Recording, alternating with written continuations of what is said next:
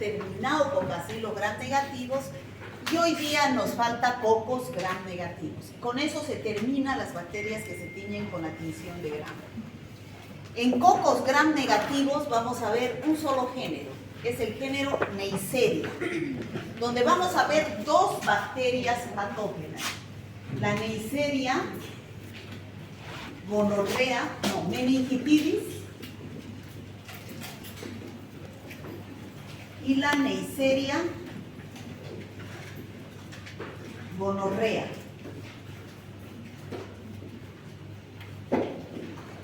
Existen también otras Neisserias, la Neisseria lactánica, Neisseria flava, Neisseria subflava, Neisseria cinerea, bueno, y muchas otras más que son microbiota de vías aéreas superiores. O sea que si nos hacemos un hisopado de la boca, seguro que vamos a encontrar estas Neisserias. Ya están en la boca, junto con el Streptococcus viridans. Las Neisserias y el Streptococcus viridans son flora principal son microbiota de la boca. ¿Ya? Nosotros vamos a estudiar estas dos Neisserias que son las patógenas, gonorrea y meningitidis. Entonces, ¿qué características tienen estas Neisserias? Todas estas patógenas y comensales tienen la morfología de diplococos gram negativos. Por eso es que yo tengo un marcador rojo y un marcador azul. ¿Por qué creen?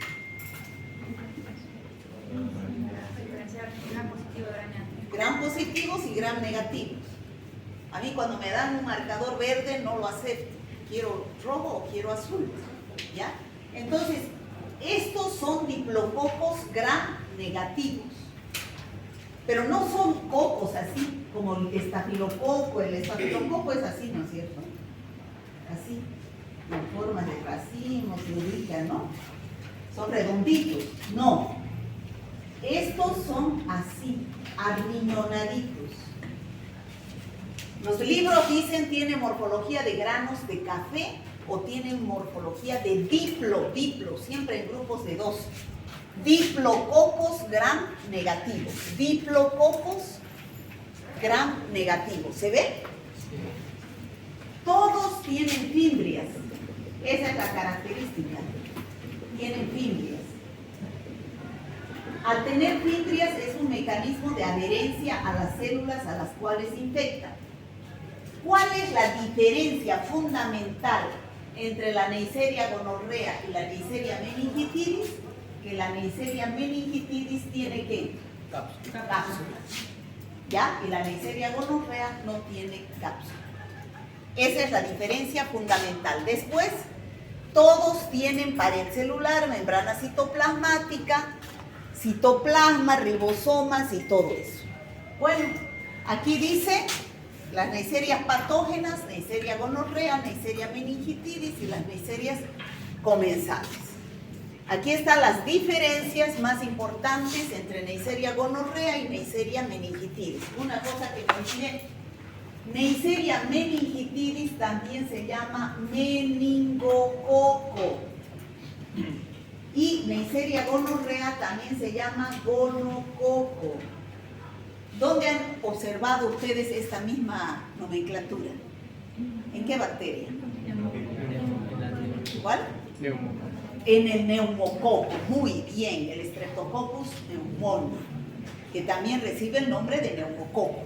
Entonces, aquí meningococo y gonococo. ¿Ya?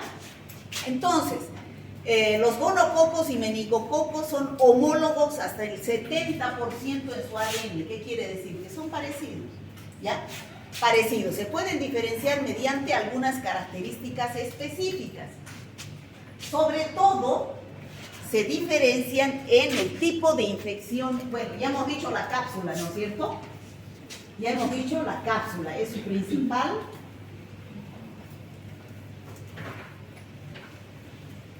La cápsula es su principal diferencia entre Neisseria gonorrea y Neisseria meningitidis. Pero, ¿qué tipo de infecciones produce la Neisseria meningitidis? al ser la epidemiología, este es el paciente enfermo con alguna infección de Neisseria meningitidis. Y la transmisión es de humano a humano. Este es el huésped susceptible. ¿Ya? Entonces, ¿cuál es la fuente de infección? ¿Cuál es la fuente de infección? Las secreciones respiratorias de este paciente enfermo o portador. O sea, se transmite solamente por vía, ¿qué vía? Aérea. Por vía aérea, ¿no? La vía de transmisión es aérea. Y la fuente de infección es las gotitas de fluge o de saliva. En cambio, la Neisseria gonorrea, también la transmisión es de hombre a hombre. No participan animales, ni vectores, ni nada.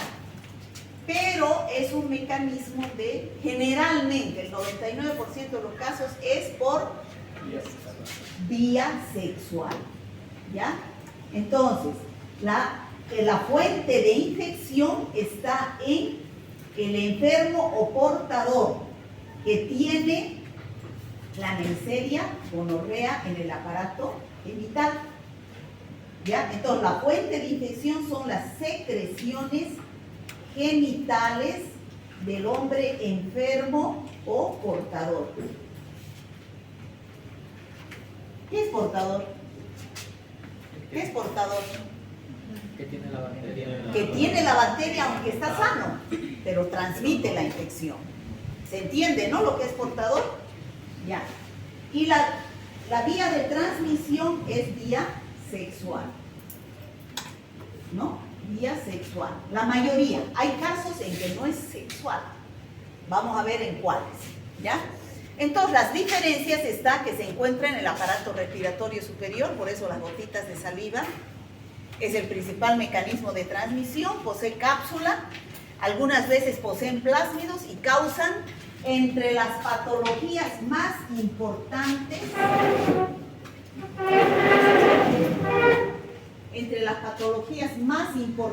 está la meningitis, de ahí viene su nombre, pero es una meningitis llamada meningitis cerebroespinal epidémica.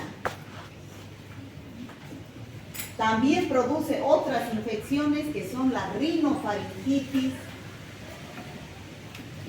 sepsis, que después vamos a hablar. En cambio, la Neisseria gonorrea produce infecciones de transmisión sexual. ¿Cuáles? Diferente es en el hombre que en la mujer. En el hombre produce uretritis gonocócica. En la mujer produce cervicitis gonocócica. ¿Ya? También está el lactante, el recién nacido, que sufre de conjuntivitis gonocócica, ¿no? Y también están generalmente los homosexuales, anorrectitis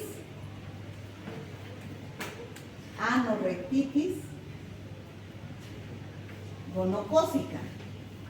Y ambos, hombres y mujeres, pueden tener faringitis también, faringitis gonocócica. Bueno, son varias patologías que vamos a ver ahora. En cambio, produce infecciones genitales, no tiene cápsula, la mayor parte tienen plásmidos y causan la gonorrea. ¿Está claro? Sí. Bueno, pasamos. Vamos a empezar a describir ahora cada una de estas neiserias. Neisseria meningitidis y Neisseria gonorrea. Vamos a empezar por Neisseria meningitidis, ¿ya? Fíjense cómo es su morfología. Diplococos gram negativos. Bueno, ¿qué podemos decir? Que la patología más importante, como les decía, es la meningitis cerebroespinal epidémica. ¿Ustedes han escuchado alguna vez en la televisión, en la radio, decir en San Julián hay un caso de meningitis? o en el torno hay un caso de meningitis. ¿Han escuchado? Bueno, no ven tele, no ven radio, nada, solo TikTok. Entonces, chicos, cuando ustedes escuchen, alguna vez que escuchen o vean televisión, hay un caso de meningitis en tal lugar, se refiere a la meningitis cerebroespinal epidémica producida por esta bacteria. Porque ustedes, había venido. Yo ya iba a llamar.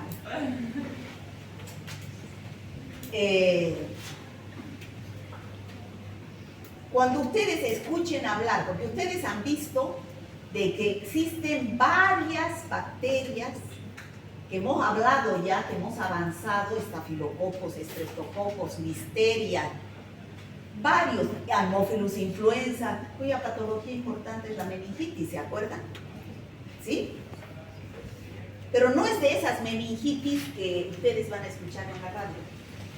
Cuando ustedes escuchen en la tele, en la radio, así sea noticia, es esta meningitis, producida por la Neisseria meningitis. ¿Y por qué esta se escucha y las otras no? Porque esta es grave. Un paciente que tenga meningitis por Neisseria meningitis tiene el 50% de mortalidad. Es una enfermedad sumamente contagiosa y grave, con alto grado de letalidad. Significa que varios de los que se enferman se pueden morir. ¿Se entiende? Entonces, por eso es de que esta es de declaración obligatoria. ¿Qué significa eso? De notificación inmediata. ¿A dónde? Al CEDES. O sea, cuando ustedes tengan un caso de sospecha de meningitis por Neisseria meningitis, inmediatamente deben llamar al CEDES. ¿Ya? Otra que causaba meningitis, ¿se acuerdan? Era el Streptococcus pneumoniae, ¿se acuerdan? Además de neumonía, la segunda patología era la meningitis. Pero y también es un diplococo, pero es un diplococo gram positivo, ¿no? Es un diplococo que no tiene forma de, no es redondito, tiene forma lanceolada, también tiene cápsula, pero son diplococos gram positivos, ¿ya? Pero la meningitis que produce no es grave, no es de declaración obligatoria. Les cuento una anécdota para que ustedes se acuerden. Yo estaba una vez de vacación, cuando trabajaba en el laboratorio de San Juan de Dios. Entonces estaba de vacación y me llama el doctor Torres. ¿Se acuerdan del doctor Torres? Murió en el COVID, ¿no? Él era el responsable máximo de epidemiología durante muchos años en el CEDES, ¿no? Era un viejito que manejaba muy bien las epidemias. Él estaba en el dengue, estaba en todo lado, y en el COVID se contagió y se murió, ¿ya? Era docente de acá, de SAP 4, en el cuarto año. Entonces, el doctor me llama y me dice: doctora, me han reportado del San Juan de Dios un caso de meningitis meningocócica. Ay, yo me asusté, yo estaba de vacación, me asusté. Doctor, le digo, ¿será? Sí, a ver, voy a ir a ver. Voy al laboratorio y les digo, préstenme las plaquitas. Y veo el cuaderno, decía diplococos gram negativos. Todavía no estaba el cultivo, porque era anoche que entró el paciente y solo se podía ver el gram, porque el cultivo tarda ustedes 24 horas, ustedes saben. Entonces, les digo, préstenme la plaquita donde han visto diplococos gram negativos. Entonces, lo veo la plaquita y veo yo así. Eran diplococos así, eran así. Eran diplococos gram negativos. Pero ¿cuál es la diferencia? ¿Cuál es la diferencia entre estos y estos? La forma, ¿no es cierto? Si ellas lo hubieran visto así, arriñonados, es diferente. Entonces, mucho cuidado con eso cuando les reporten diplococos. ¿Qué es lo que pasó aquí? ¿Qué creen? Se confundieron. La tinción. Estaban malos colorantes. En vez de teñir gram positivo y observarse así, dieron gran negativo. Estaban mal los colorantes, pero también había poca experiencia en el que observaban. Porque ¿cómo no va a diferenciar esto de esto, no es cierto? Al pobre doctor, el doctor, los médicos no saben eso. ¿Saben? Los laboratoristas. Le informan diplococos gram negativos. Dios mío, ¿quién produce meningitis? Y es un diplococo gram negativo, Neisseria meningitis. El doctor era asustadísimo. Doctor, le digo, no es Neisseria meningitis, no es Neisseria, es un neumococo. Anoche ya les he dado, he comprado de mi bolsillo, les he dado, ya está el paciente en aislamiento. He comprado antibióticos, toditos ya están tomando antibióticos. Ya están con medidas de bioseguridad, ya estaba informado, ya estaba declarado, ya estaba todo. O sea, moraleja, ¿qué quiere decir eso? Que cuando ustedes les reporten un diplococo gram negativo, háganlo hacer 2, 3 veces, porque es grave. Puede ser falta, o sea, un mal informe. ¿Ya? ¿Me dejo entender? Sí. ¿Ya? Entonces, para que le quede claro que esta meningitis cerebroespinal epidémica es producida por Neisseria meningitidis y es grave, porque se mueren varios pacientes, ¿ya? Entonces, esta Neisseria meningitidis tiene varios serogrupos que se nombran 13, con las letras del alfabeto, A, B, C, D, E, 29, H, I, K, L, X, Y, Z y W, 135, pero no todas producen infecciones en humanos. Las que sí producen infecciones y son responsables del 90% de las infecciones es los serotipos A, B, C y W135. Sobre todo los serogrupos A y C son los responsables de las epidemias. Y el B está asociado a casos que se producen uno aquí, otro allá, pero todo el tiempo se pueden estar presentando. Entonces, cuando ustedes reporten un caso de Neisseria meningitidis, digan que le hagan la serología para saber qué serogrupo es. Si es el grupo A y C, esos son responsables de epidemias. Pero si es el serogrupo B, todavía ese puede existir algunas veces produciendo casos aquí y allá. Bueno, gracias a qué producen estas bacterias, estas enfermedades que son la meningitis, rinofaringitis, sepsis, entre las más importantes. Principal factor de virulencia, su cápsula. Bacteria que tiene cápsula, ¿qué función tiene la cápsula? Antifagocitaria, evita la fagocitosis, por lo tanto nuestras defensas se quedan en desventaja. Tienen fibrias, ¿no? Tienen fibrias que hacen que se adhiera al epitelio respiratorio, producen una IgA proteasa que inactiva a una inmunoglobulina que producen las mucosas, que es una inmunoglobulina A de protección. Tiene proteínas en la membrana externa y tiene lipopolisacáridos. Principal factor de virulencia, la cápsula. ¿Ya? Bueno, la enfermedad meningocócica ya dijimos que era grave, se presenta en niños y adultos y es importante porque tiene alto grado de mortalidad. Y en un caso que se presenta epidemias. Y aquí están los cuadros clínicos que dijimos que produce la Neisseria meningitidis, ¿no? El cuadro más leve es la rinofaringitis. La rinofaringitis, ¿qué es rino? ¿Qué es rino? ¿Qué es rino? Nariz, ¿no? ¿Qué es la rinoplastía?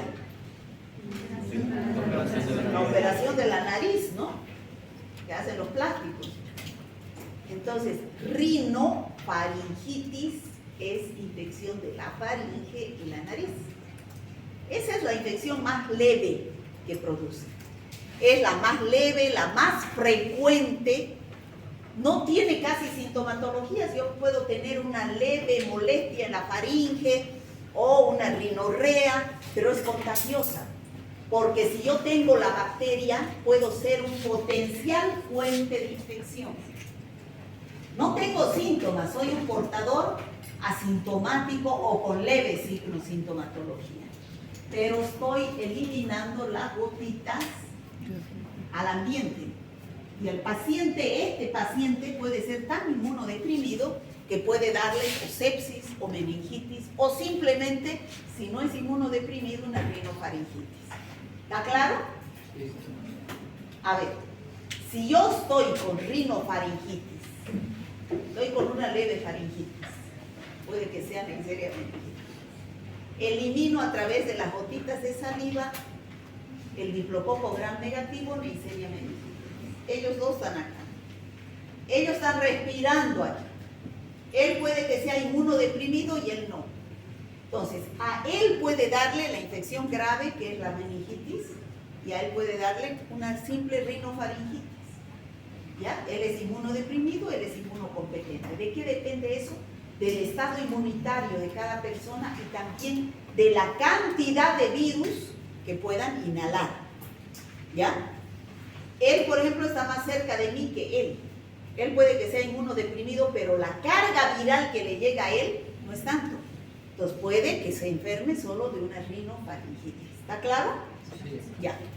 Entonces es la enfermedad más leve. La sepsis, ya ustedes esta semana están avanzando sepsis. Ya es una infección generalizada, que de la faringe está localizada la bacteria, puede pasar a la sangre y producir sepsis, y ya el paciente tiene signos y síntomas de sepsis. Ya saben ustedes, hipotensión. ¿Cuáles más son? Los que estaban esta mañana.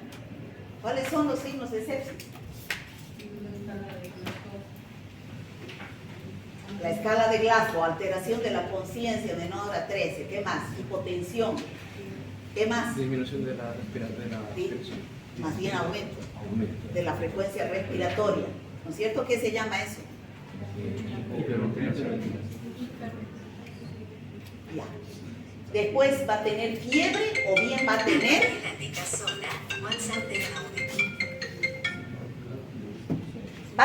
fiebre o va a tener hipotermia. Hay ratos que el paciente está con hipotermia, menos de 37 grados, y hay ratos que está con fiebre y tiene escalofríos, ¿no? Empieza a temblar. Entonces, esos son los signos de que el paciente está con sepsis. Pero además, cuando es por Neisseria meningitis, aparece un rash petequial. Un rash petequial. ¿Qué significa eso? Rash. Puntitos, petequias. ¿Saben lo que es petequias, no? Puntitos rojos, así más o menos. En las piernas y en las muñecas aparece, además de esos signos de sepsis, que no producen otras bacterias, esta Neisseria meningitis produce ese rash petequial. Importante, tanto en sepsis como en meningitis, ¿ya? Ese es el rash petequial, en piernas, como consecuencia de infección por Neisseria meningitis. Entonces, patologías más importantes: meningitis cerebroespinal epidémica y sepsis. Y la menos importante, la rinofaringitis. Ustedes ya saben que en la meningitis, el líquido cefalorraquídeo es a la muestra que se debe tomar por punción lumbar, y este es turbio, y se van a observar la gran cantidad de diplococos gram negativos, y el paciente rápidamente puede ingresar a coma. Bueno, ya sabemos aquí la epidemiología, las gotitas, la fuente de infección, la transmisión es de hombre a hombre enfermo a hombre sano. La fuente de infección son las gotitas respiratorias y la vía de transmisión es la vía aérea. ¿Dónde se presentan más estas enfermedades? En las ciudades.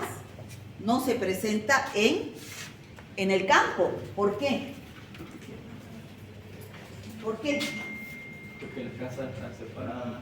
En el campo, pues, hay una casa aquí, hay otra casa allá, hay ventilación. ¿Por qué creen que en el COVID la gente se iba al campo? Porque ahí estaban libres, no tenían que usar barrito, ¿no? En cambio, en las ciudades estamos así, hacinados.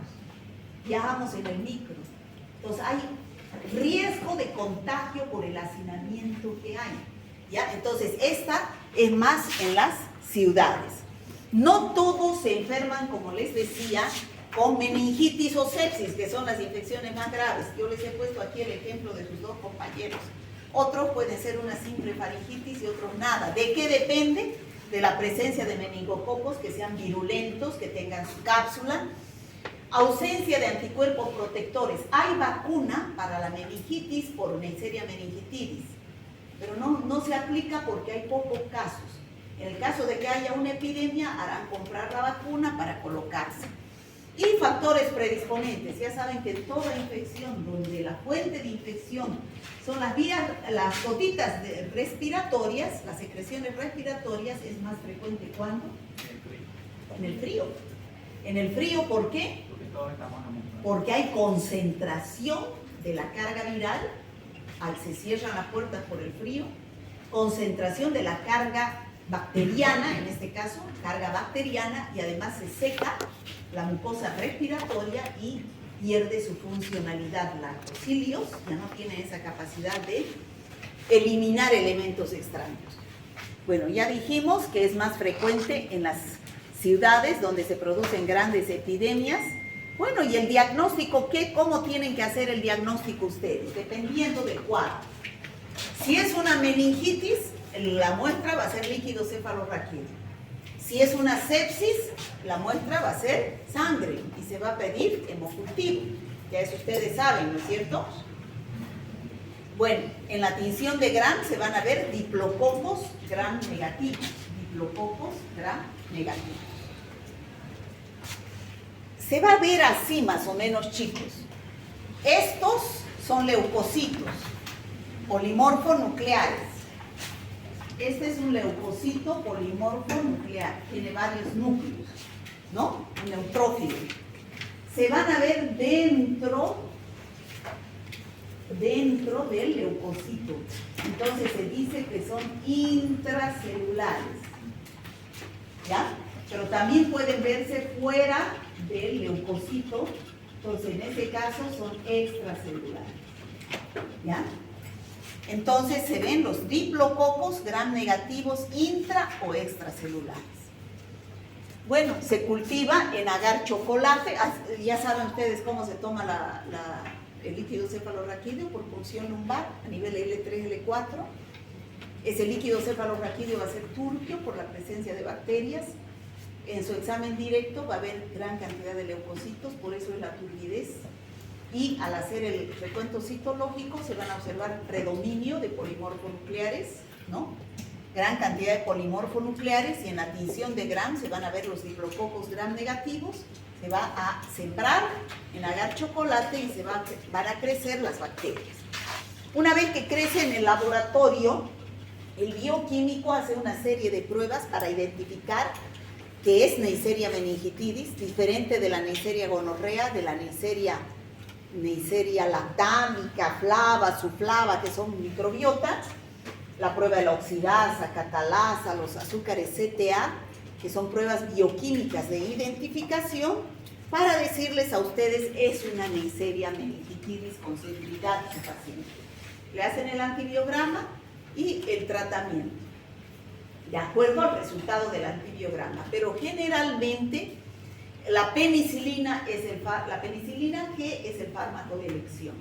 Pero en pacientes alérgicos a la penicilina se puede dar cefalosporinas de tercera generación como ceftriaxona, cefotaxima, que atraviesan muy bien la barrera hematoencefálica en caso de meningitis.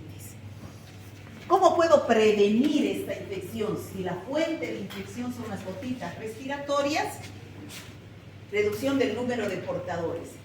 Si yo tengo una epidemia de meningitis meningocócica, de Neisseria meningitidis, yo debo buscar, por ejemplo, si aquí aparece un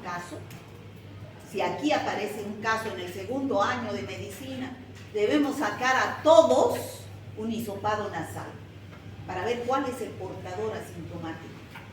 Podemos convertirnos en portadores asintomáticos y llevar a nuestras casas, ¿no?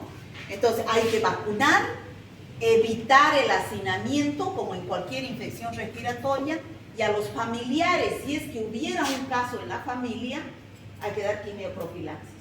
¿Qué es la quimioprofilaxis? por más que no estén enfermos, para evitar profilaxis, evitar la infección, porque hay un caso en la casa, hay que dar antibiótico, ¿no? Quimio, profilaxis con antibiótico para evitar la infección de la familia. Neisseria gonorrea. ¿Está claro la Neisseria meningitidis? Sí. Ya. Yo creo que Neisseria gonorrea ustedes han escuchado hablar. Es una infección sumamente común en nuestro medio. De las infecciones de transmisión sexual es la más frecuente. ¿Cómo saben que un paciente tiene gonorrea? ¿Quién me puede decir? ¿O no saben? No saben. ¿No? No les creo que en el colegio no les hayan dado clases de educación sexual. Porque en las partes genitales puede haber irritación o... ¿Irritación? ¿Cuál es el signo más importante de ver? Sobre todo los hombres. Porque hay diferencia entre los hombres y las mujeres en la gonorrea. La secreción. Secreción, al hombre le sale secreción por el pene, por la uretra. Y abundante secreción. Así como la leche condensada, así es el aspecto de la secreción que sale en el hombre. Esa es la gonorrea. En el 90% de los hombres hay ese signo clínico, ¿no? Que moja. En la mujer puede pasar de portadora asintomática. Esta es la vagina. Bueno, aquí son los labios. Esta es la vagina, aquí es el útero. Aquí son las trompas. Aquí son los ovarios, ¿no es cierto? No dibujo muy bien, pero ya. La Neisseria gonorrea en la mujer no está en la vagina, está aquí. ¿Qué es eso? El cuello de útero. Aquí está la Neisseria gonorrea. Entonces la secreción, va a haber secreción, pero ahí adentro. ¿Y eso se ve? No se ve, no se ve. Entonces, esa mujer tiene Neisseria gonorrea, es una portadora asintomática, puede que no llegue la secreción acá. Entonces, al tener relaciones sexuales, ¿esta mujer contagia o no contagia? Claro, es una portadora asintomática. En cambio, el hombre, 90% tiene secreción y se puede ver. ¿Ya? El 90% de los hombres se puede ver. Entonces, ¿qué hago si un hombre viene al consultorio con como médicos ustedes, viene un hombre con secreción uretral, le piden cultivo de secreción uretral, el laboratorio les dice es una Neisseria gonorrea? ¿Qué van a hacer? Le van a hacer tratamiento, ¿no es cierto? Le van a dar antibióticos, ¿solo a él? A él y a su pareja y a todos sus contactos. A todos, porque generalmente esta es las infecciones de transmisión sexual es en promiscuos, ¿o no? ¿Qué es un promiscuo? Que no tiene una sola pareja, ¿no? Entonces va sembrando y sembrando la Neisseria por aquí y por allá. Entonces hay que concientizarlo al hombre que haga el tratamiento él y todos los contactos con el cual ha estado, ¿no? Todos los contactos con el cual ha estado, porque si no esa cadena de infección no para. Si hace solamente él, y no solamente en gonorrea, en todas las infecciones de transmisión sexual, si solamente él hace el tratamiento y la mujer no, va a volver, se va a curar él, va a volver a tener relaciones y la Neisseria sigue ahí. Entonces va a volver a enfermarse, ¿no es cierto? Y eso es de nunca parar. Entonces ustedes, doctores, tienen que decir que tome conciencia el paciente para que haga el tratamiento con él y las personas con las que tiene relaciones, ¿ya? Entonces, la Neisseria gonorrea, la Neisseria gonorrea también son igualitos, diplococos gram negativos. La diferencia es que no tiene cápsula, pero después son idénticos. La enfermedad de la gonorrea se llama también plenorragia en algunos libros. Es importante porque cada vez aumenta el número de casos y antes la mayoría de las cepas se hacía tratamiento solo con penicilina. Actualmente la penicilina ya no sirve. ¿Por qué? Porque la bacteria produce beta-lactamasa que inhibe a la penicilina. Entonces actualmente el tratamiento se hace o bien con ciprofloxacina o bien con una dosis de ceftriaxona intramuscular, ¿no? Entonces, por eso es importante. ¿Por qué produce infecciones esta bacteria? ¿Cuáles son los determinantes de su patogenicidad?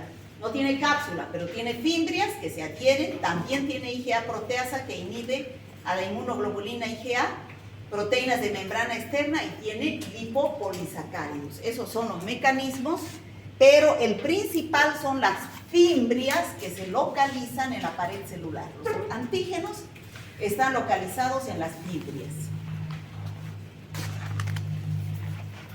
Bueno, ¿qué cuadros clínicos produce? Ya dijimos, ya adelantamos algo. Este gonococo coloniza, puede producir infecciones en la uretra del hombre, produciendo, ¿qué se llama la infección? Uretritis, pero tiene apellido, gonocosis. El número 1, cuando ustedes vengan un paciente que esté saliendo secreción por la uretra, eso se llama uretritis, van a pensar, número 1, gonorrea. Piden el cultivo y no es, les dicen no es Neisseria gonorrea, van a pensar en uretritis no gonocócica. Y la uretritis no gonocócica es producida en primer lugar por Clamidia trachomatis, que vamos a ver a continuación, y en segundo lugar por Ureaplasma urealyticus. ¿Es verdad que la clamidia es una enfermedad que se transmite incluso usando condón? ¿Usando condón? Sí. No, el condón protege. No creo. ¿Dónde he leído eso? Doctor María.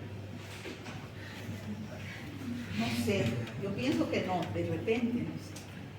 Pero yo pienso que el condón protege, ¿no? Protege. Charlando tranquilamente. ¿Qué? Charlando tranquilamente. ¿Qué?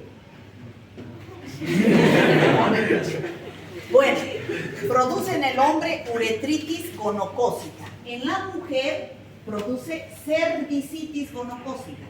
Cuando sospechen que una mujer tiene gonorrea porque el hombre tiene, su pareja tiene, no pidan cultivo de secreción vaginal porque no está aquí. El laboratorio solo va a sacar de la vagina si ustedes piden cultivo de secreción vaginal. Deben pedir cultivo de secreción cervical, cervix, cuello de útero. ¿Está claro? ¿Les va a quedar claro eso? Bueno, cuello de útero. Produce faringitis en ambos. Faringitis gonocócica. Faringitis.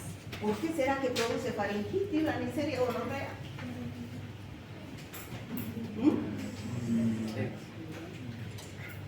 ¿Por qué? Nadie se le ocurre. Por el sexo oral. Eso, por el sexo oral. Pues hay gente que practica sexo oral y la Neisseria gonorrea queda acá y tiene función de producir faringitis. ¿Ya? También produce anorrectitis. Anorrectitis gonocócica. ¿Por qué? ¿En quiénes generalmente? En los homosexuales, ¿no? Por la relación anal que tienen. También en la mujer por la proximidad, en algunas mujeres, ¿no? Y conjuntivitis. ¿Por qué? ¿Por el sexo conjuntival? Tiene a su hijo y pasa por el canal del parto y sus ojitos se contaminan con secreción con Neisseria gonorrea y entonces pueden hacer con conjuntivitis gonocócica. ¿Ya? Entonces, la fuente de infección en cada uno de esos casos es diferente, ¿no es cierto? En el caso de la conjuntivitis gonocócica, ¿cuál será la fuente de infección? La secreción cervical de la madre. Y el mecanismo de transmisión o vía de transmisión es por contacto, no es sexual. No siempre es sexual, ¿no es cierto? En el caso de la uretritis gonocócica, ¿cuál es la fuente de infección? La secreción genital de la mujer, ¿no? La secreción cervical de la mujer, si es una relación heterosexual. Y en la anorrectitis, la secreción uretral del hombre, ¿no? Y el mecanismo de transmisión en ambos es sexual. ¿Sí? Bueno, entonces la puerta de entrada siempre va a ser la mucosa urogenital, se adhiere a la mucosa, se multiplica, produce una endotoxina y se produce la infección. Tiene dos fases la infección, fase aguda y fase crónica. ¿En qué consiste la fase aguda de cualquier enfermedad? ¿En qué se diferencian agudo y crónico? Ya lo dije. El tiempo. En el tiempo. Agudo es inmediato, ¿no? Y crónico dura más en función del tiempo. Entonces, si el paciente viene chorreando secreción uretral, ¿estará en la fase aguda o crónica? Aguda. Crónica ya son gotitas, ha pasado más tiempo, son gotitas. Puede tener una gotita en la mañana solamente, ¿no? Pero aguda es el proceso supurado por excelencia, ¿ya? Y entonces ustedes, el laboratorio saca la muestra, tanto en aguda y crónica. En la aguda va a sacar la secreción uretral, hay harto. En la crónica no hay mucho, es un líquido cero fibrinoso, no es ya purulento. Generalmente en la mañanita viene el paciente seco. ¿Y por qué te va a pedir secreción uretral? Porque en la mañanita es donde tengo la gota matinal se llama. Entonces, en la mañanita es que hay que sacar esa gota matinal. O puede ser el primer chorro de orina también del hombre, que está con uretritis crónica.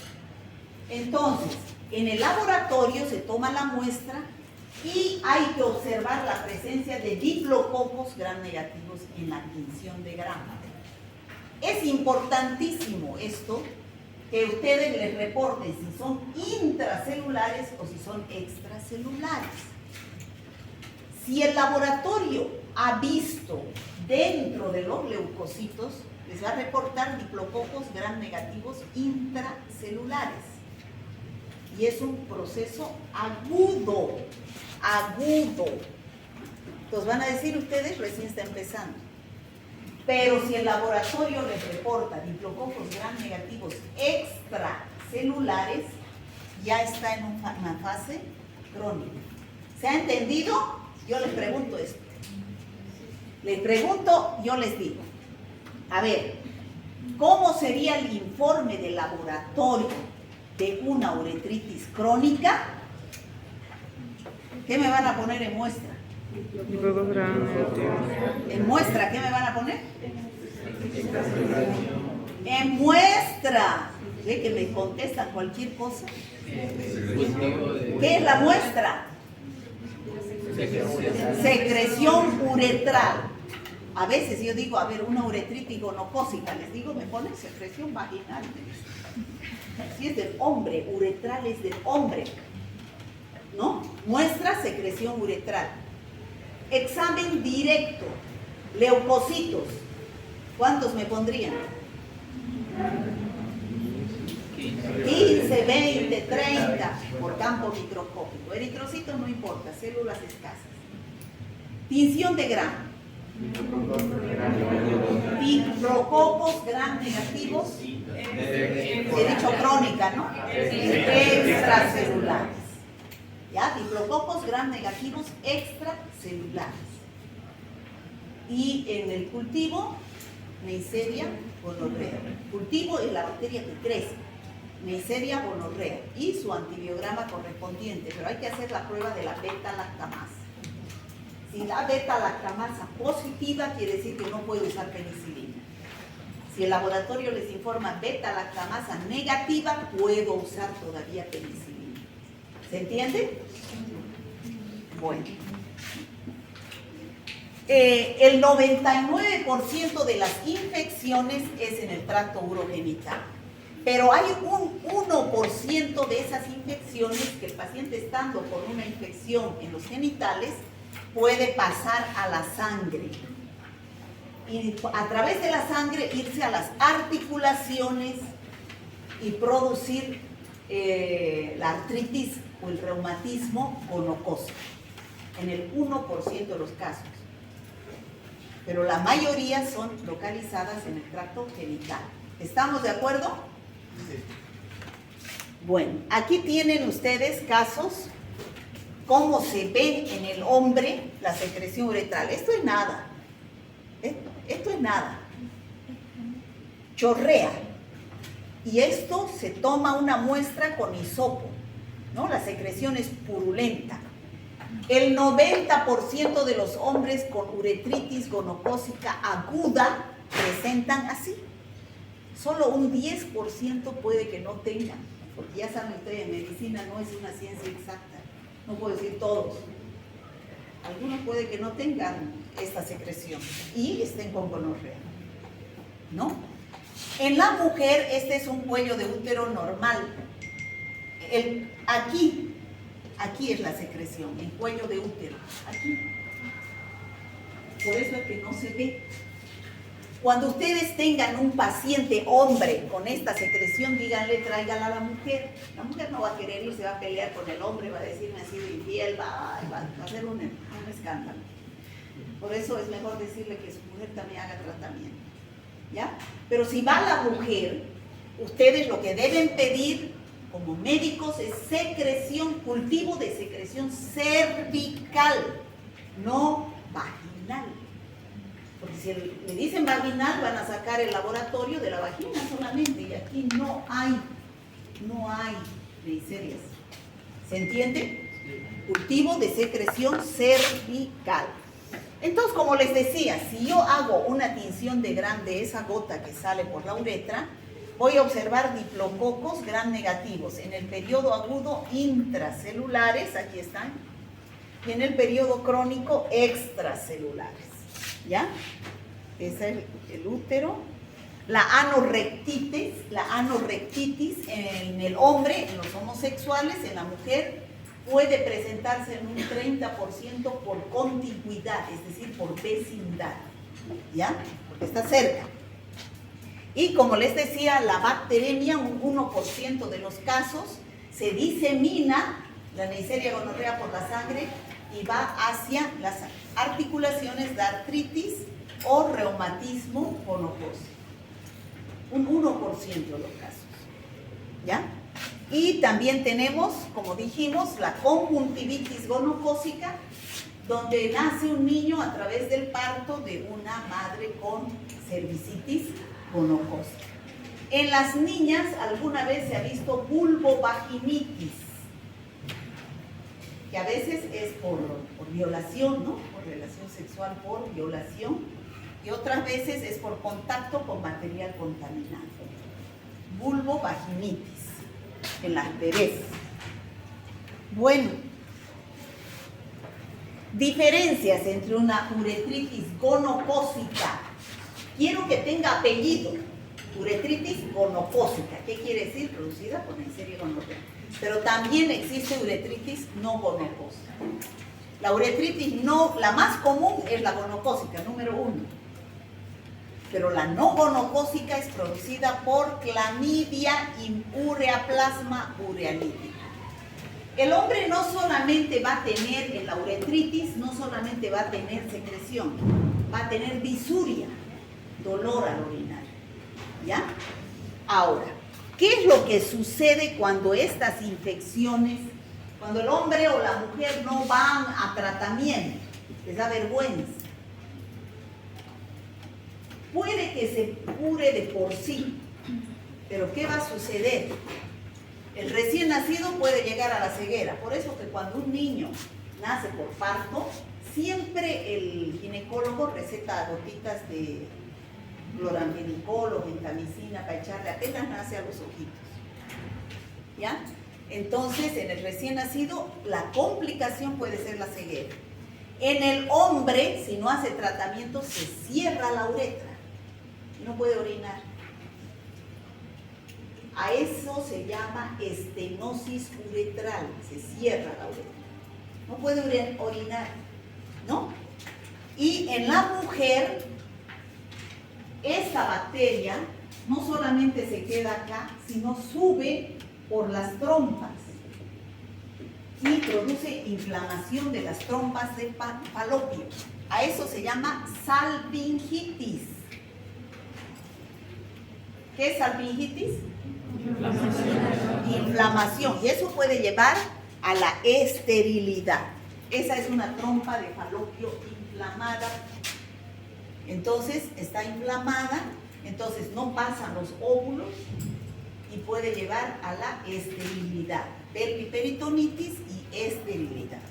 ¿Ya? Entonces, el diagnóstico de laboratorio, ya lo hemos dicho, se saca la muestra dependiendo de la localización de la infección. Puede ser una secreción uretral, endocervical, conjuntival. El examen en fresco, se hace la tinción de gram. Aquí bien clarito se ven los diplococos gram negativos. ¿Intra o extra? Intracelulares. Este es un leucocito, ¿no? Se siembra en agar chocolate, se hacen las pruebas de identificación y su antibiograma. Entonces, en el hombre ya saben que la toma de muestra es con un hisopo, unos 3 centímetros, ¿no? Y se pide el cultivo. En la mujer se toma colocando el espéculo. Se tiene que ver cuello de útero. Bueno, y aquí también tenemos clarito. Aquí hay intracelulares, aquí hay extracelulares, extracelulares, extracelulares. Esta ya está siendo una uretritis crónica. Tratamiento. Bueno, ya dijimos, si es beta-lactamasa negativa, el tratamiento de elección es penicilina. Pero si es beta-lactamasa positiva, no puedo hacer con penicilina. Porque esa enzima inhibe el anillo beta-lactámico. Entonces debo usar o bien ciprofloxacina, que es una quinolona, o bien usar ceftriaxona de 1 gramo, una sola dosis y el paciente está curado. Bueno, el contagio, ya saben, la mayoría es sexual, ¿no? ¿Cómo puedo prevenir todas las infecciones de transmisión sexuales con educación sanitaria? Por eso cuando ustedes me decían que no saben qué es la gonorrea, yo me asusté. Porque nosotros como extensión hemos ido muchas veces a los colegios a dar educación sexual. ¿No les han dado? No nos enseñan a hablar de las enfermedades sexuales. ¿No les enseñan en los colegios?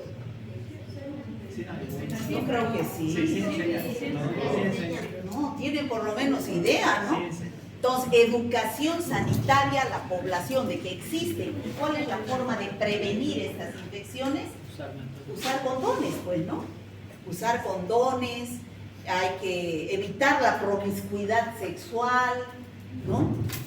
No existe vacuna, no hay inmunidad protectora. En los neonatos, como les decía, usar antibiótico en gotitas, o nitrato de plata, o tetraciclina, que son antibióticos para colocar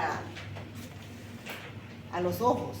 Bueno, y las preguntas, ¿cuáles son las neiserias patógenas para el hombre? Neisseria meningitidis y Neisseria gonorrea. ¿Qué cuadros clínicos produce? ¿Qué cuadros clínicos produce la Neisseria meningitidis? La más leve, ¿cuál es? Rinofaringitis. Y la más grave, meningitis cerebroespinal epidémica. Y también puede producir sepsis. ¿Cuál es la fuente de infección de la Neisseria meningitidis?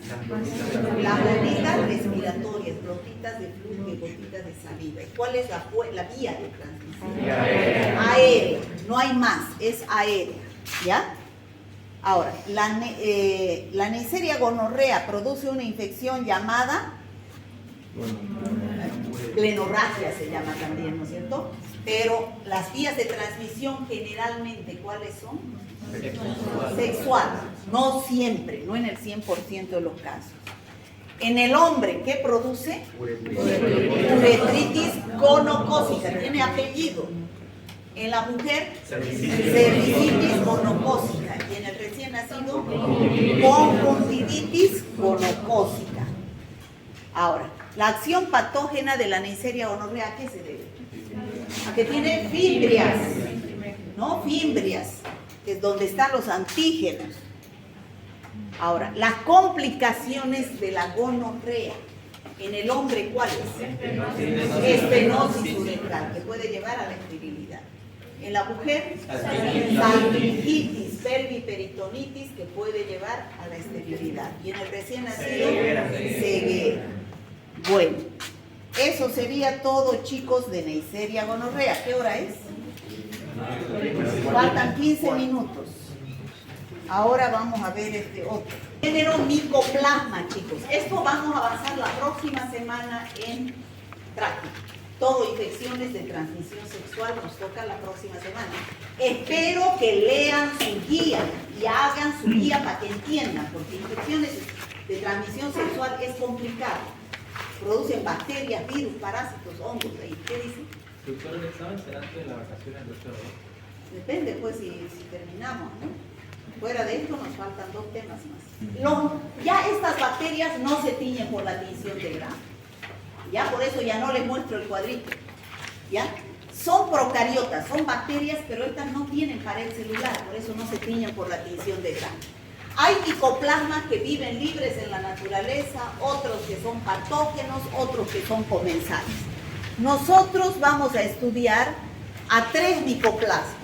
Micoplasma pneumoniae, Mycoplasma hominis y Ureaplasma urealyticum. Fíjense que el último es del género Mycoplasma, pero recibe otro nombre, Ureaplasma urealyticum.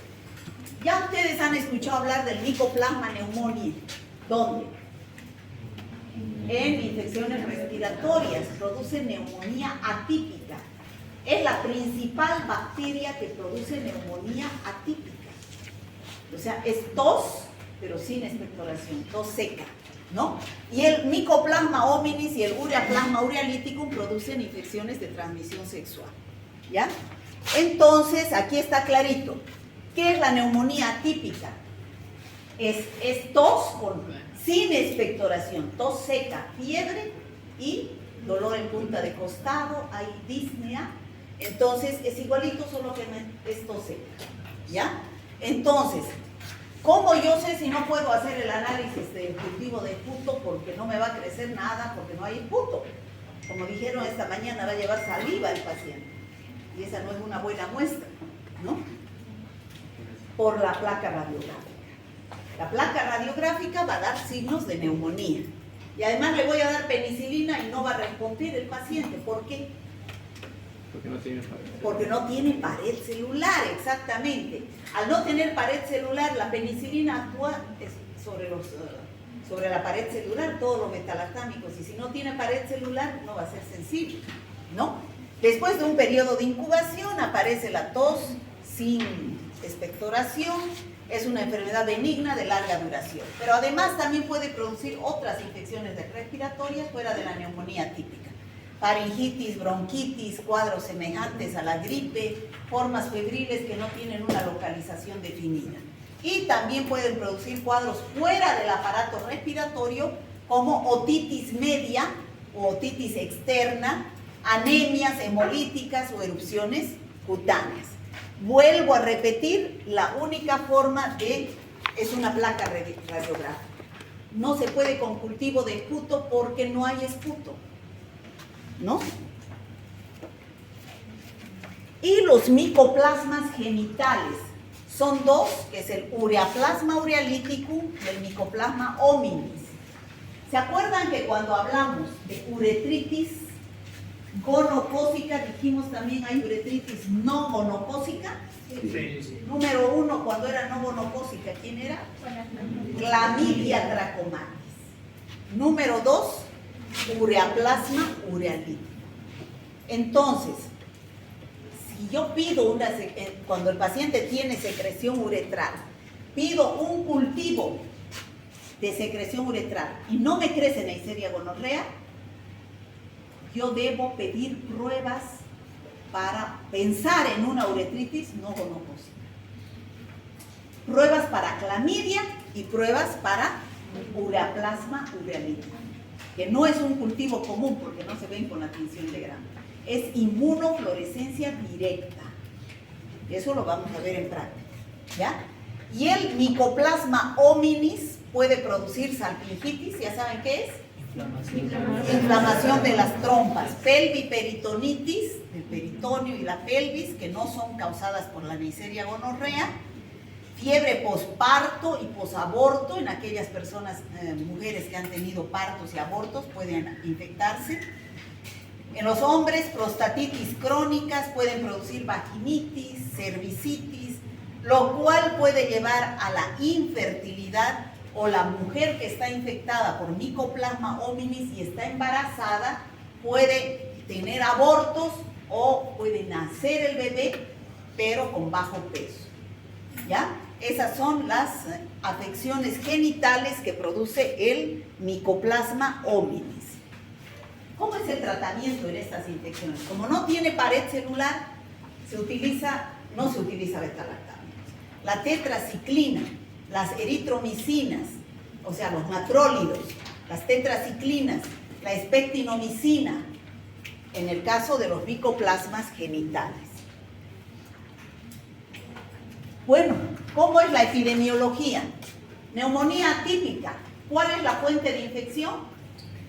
Las gotitas respiratorias. La vía de transmisión es la vía aérea, ¿no? Del enfermo al sano a través de la vía aérea. Hay vacuna, pero en nuestro medio no se la aplica. Eso sería micoplasma. Y el segundo es clamidia. ¿Han escuchado hablar de clamidia? Es otro género. Clamidia, chicos, es una bacteria especial. Se pensaba que era un virus, porque los virus, por ejemplo, esta es una célula. Los virus, ya vamos a avanzar bien, no viven fuera de las células. Este es un virus.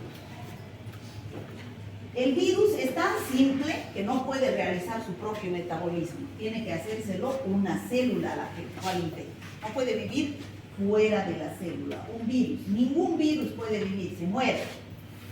Y la clamidia, pasa lo mismo con la clamidia.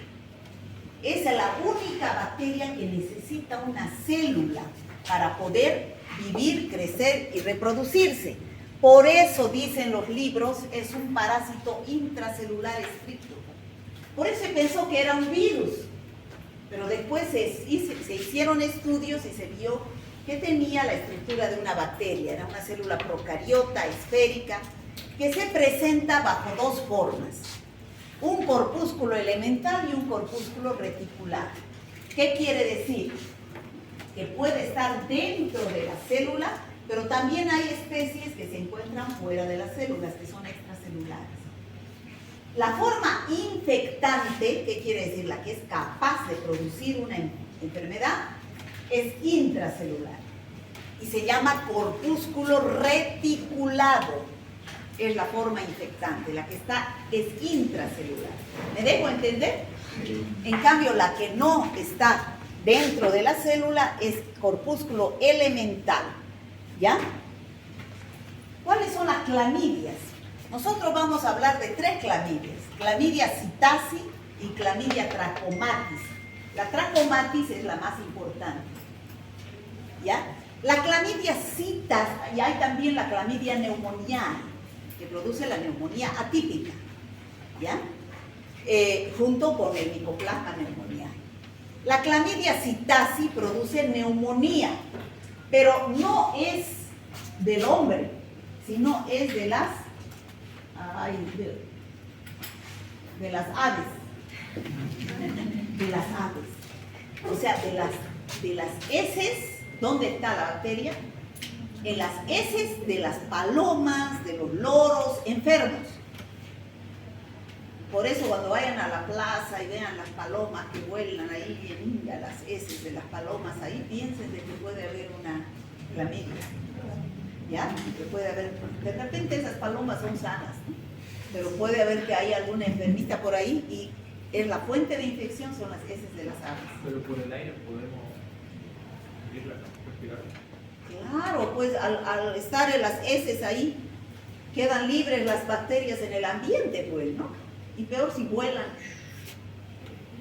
¿no? Entonces, en las heces de las aves. La clamidia trachomatis es la que es de transmisión sexual. Existen 15 serotipos que ahorita vamos a ver que producen infecciones genitales, como ser uretritis, no gonocócica. Hemos dicho, ¿no es cierto?, que si no es uretritis gonocócica, es uretritis no gonocócica. ¿De acuerdo? Sí. ¿Y cuál era el número 1 de uretritis no gonocócica? Clamidia trachomatis. ¿Y número 2? Ureaplasma urealyticus, ¿no?, que era del género Mycoplasma.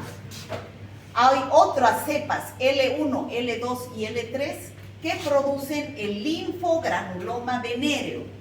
¿Qué es el linfogranuloma? Una infección de transmisión sexual.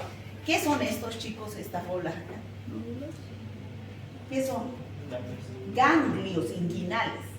Los ganglios inguinales se inflaman, se producen adenopatías inguinales y revientan.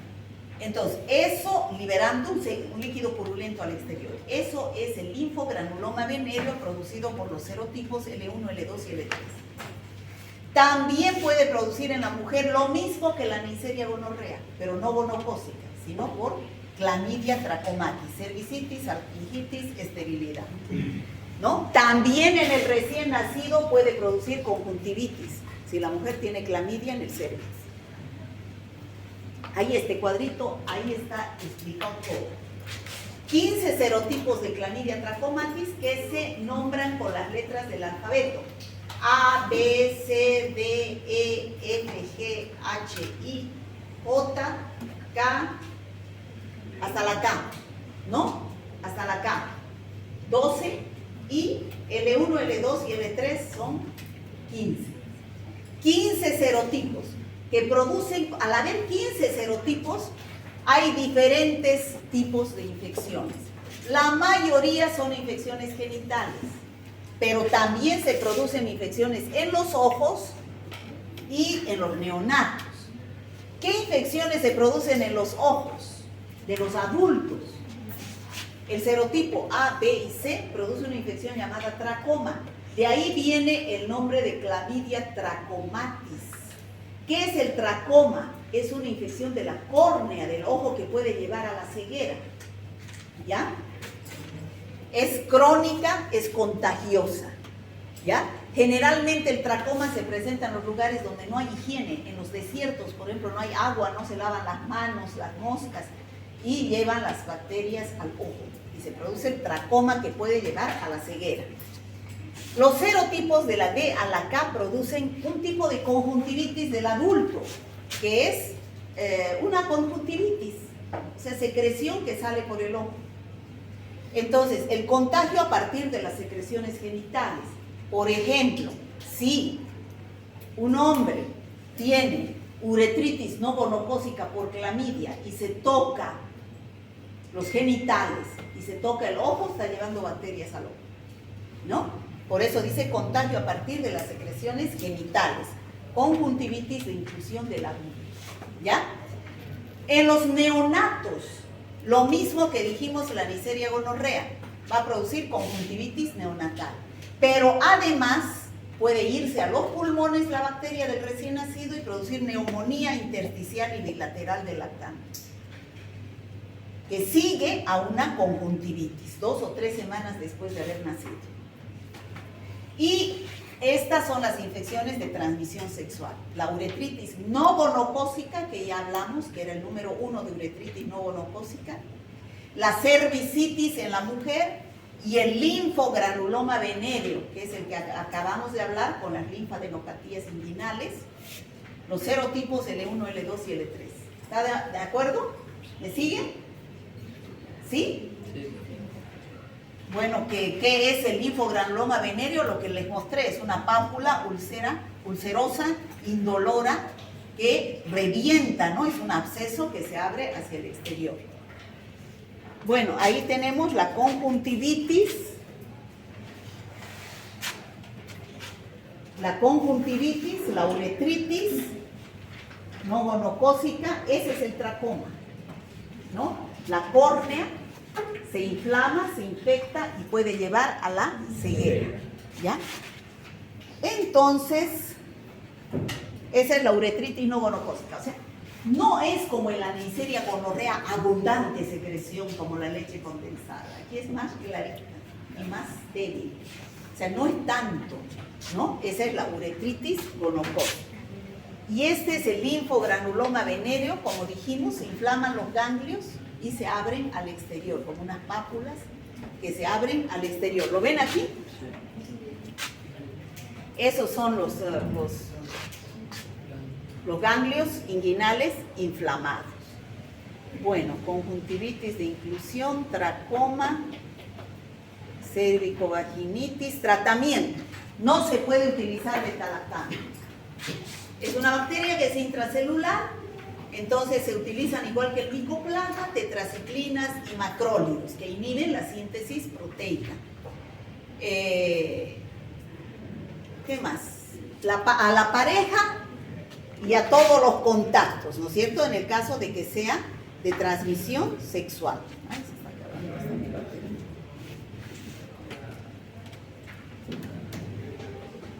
La epidemiología. Ya saben, en la citafosis, que es producida por Clamidia psittaci, las aves, ¿no? Las aves, las heces de las aves es la fuente de infección y llega al hombre a través de la vía respiratoria. En el caso del tracoma, la fuente se presenta, ya hemos dicho, en los lugares donde no hay agua, no hay higiene, son los países de clima cálido y seco, como por ejemplo los desiertos. ¿A través de qué? La secreción. Si yo estoy con tracoma, tengo secreción conjuntival, la dejo mi toalla y viene otro y se la seca con la misma toalla mía, o a través de las manos llega al hombre sano. El linfogranuloma venéreo es una transmisión sexual, ¿no? Y las conjuntivitis lo mismo, en el neonato al pasar por el canal del parto, ya lo vimos en la Neisseria gonorrea, que puede producir tanto la conjuntivitis y una semana después la neumonía intersticial y bilateral del lactante. Las otras infecciones como la uretritis no gonocócica, la cervicitis, es por transmisión sexual. Bueno, y las preguntas para repetir, para repasar. Los microorganismos del género Mycoplasma, patógenos para el hombre. Mycoplasma pneumoniae, Mycoplasma hominis y Ureaplasma ureanitis. ¿Cuáles son los cuadros clínicos producidos por el Mycoplasma pneumoniae? El más importante. Neumonía atípica. Neumonía atípica. También pueden producir bronquitis, cuadros extrapulmonares como ser anemias hemolíticas, otitis interna, externa. ¿Cuáles son las dos formas celulares con las cuales puede presentarse el género clamidia? Hemos dicho que es intracelular, pero también puede presentarse extracelular. ¿Cuál es la forma infectante? La intracelular, que es el corpúsculo reticular. En cambio, la extracelular es no infecciosa y se llama corpúsculo elemental. Las especies de clamidia patógenas para el hombre, ¿cuáles son? La clamidia psittaci, clamidia trachomatis y clamidia pneumoniae, ¿no? ¿Cuáles son las infecciones oculares que produce la clamidia trachomatis? Oculares. En el recién nacido, conjuntivitis no gonocócica del lactante, ¿no? Conjuntivitis neonatal. Y en el adulto, tracoma y conjuntivitis de inclusión del adulto. Los serotipos de la D a la K, la conjuntivitis de inclusión del adulto. Y las neonatales, la conjuntivitis y la neumonía después, y en las genitales, la uretritis no gonocócica en el hombre, la cervicitis no gonocócica en la mujer, y eso creo. ¿Cuál es la vía de transmisión del linfogranuloma venéreo? Sexual. ¿Y cuáles son los serotipos? L1, L2 y L3. ¿En qué condiciones se presentan infecciones como el tracoma? Falta de higiene por contacto, ¿no? Tengo la bacteria aquí que me está produciendo infección en el ojo, tracoma de la córnea. Y ahí está la bacteria. Entonces me agarro con el ojo, con el dedo y puedo transmitir la infección. O me seco con la toalla y con esa misma toalla, o sea, en los lugares donde hay falta de higiene. Esa es cómo se produce la transmisión. Bueno, eso sería todo, chicos. Nos falta, para terminar, bacteriología. Hoy día hemos avanzado 2 temas. Nos falta treponema pálido, que produce la sífilis, y micobacterias. 2. Ya, y terminamos bacteriología. Y viene el segundo parcial.